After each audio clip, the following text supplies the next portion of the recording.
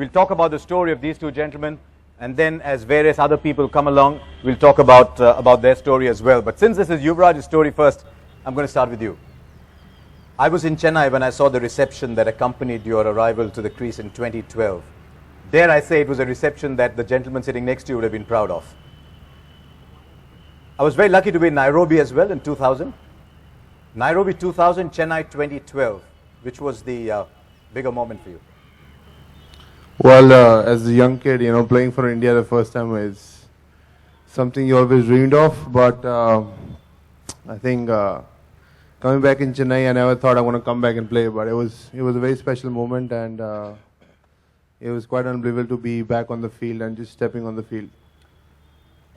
You've always given the impression that you're this cool guy, right? This cool guy who takes everything as he, steps onto the field. You've written about your thoughts as you were taking the field that day in Chennai. And it's a fairly moving part of the book, getting onto the field in Chennai and suddenly thinking, hang on, am I really back? Yeah, as I said, what happened 1 year before was, I think everybody knows about it. It's hard to describe the feelings, but when you know that life is on the edge and going to be living again is going to be a challenge, but from that challenge coming back and playing again was something special. You're just not coming and playing domestic cricket, or you're just not playing club cricket. You're coming and representing your country again. So it took a lot of courage and it took a lot of strength and the right amount of people around you. Your core system had to be strong, and I had the core system. Teammates, obviously talking to Sachin all the time, my mother being there, my friends, my very close friends who were sitting here, especially Sandeep, Charan, Bhaji always calling me and making those jokes on the phone. So everybody has played a part of me recovering. Now, 13 years you've played together, the two of you, but Sachin Tendulkar and Yuvraj Singh met many, many years earlier, long before 2000 when he went out to make his debut. And there's a line that I suspect is going to become very popular among all those that read the book. So I'm actually going to move to page 149 of the book, when Yuvraj Singh first met Sachin Tendulkar, and Tendulkar spoke to him for the first time in his life.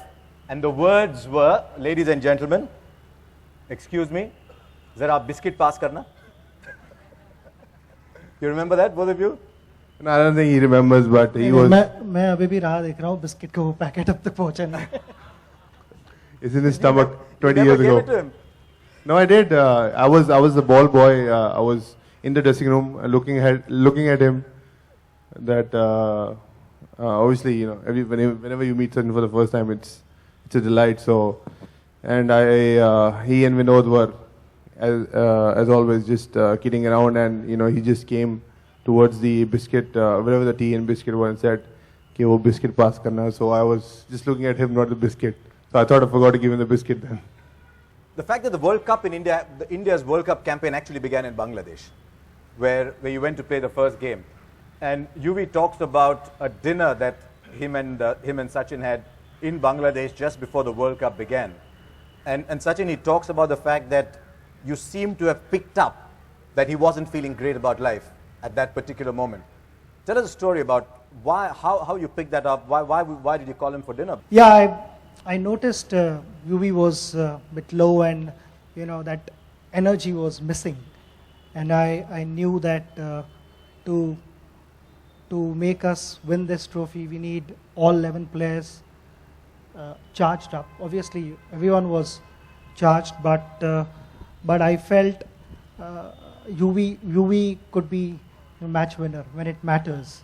And I told him whatever came spontaneously to my mind. I said, Yuvi, it was the inaugural evening, and I told Yuvi that come to my room, let's have dinner together. And from there on, we started chatting, and he opened up a little bit, and I responded to that. It was one of those evenings where I felt that it was more to do with his mind than the actual game, and I knew that his form was crucial for our team's success. In the middle order, if someone like Yuvi can come and blast the opposition, they've got nowhere to hide, and that is what happened. Whenever he was batting, he was special, and whenever he bowled, he gave us those important breakthroughs. And I said that I want to see the same Yuvi as a fielder at point. So he started working hard from there on, and things looked different. I don't want to take any credit for that. I think it was his hard work and dedication and that desire to win this beautiful trophy for the entire nation.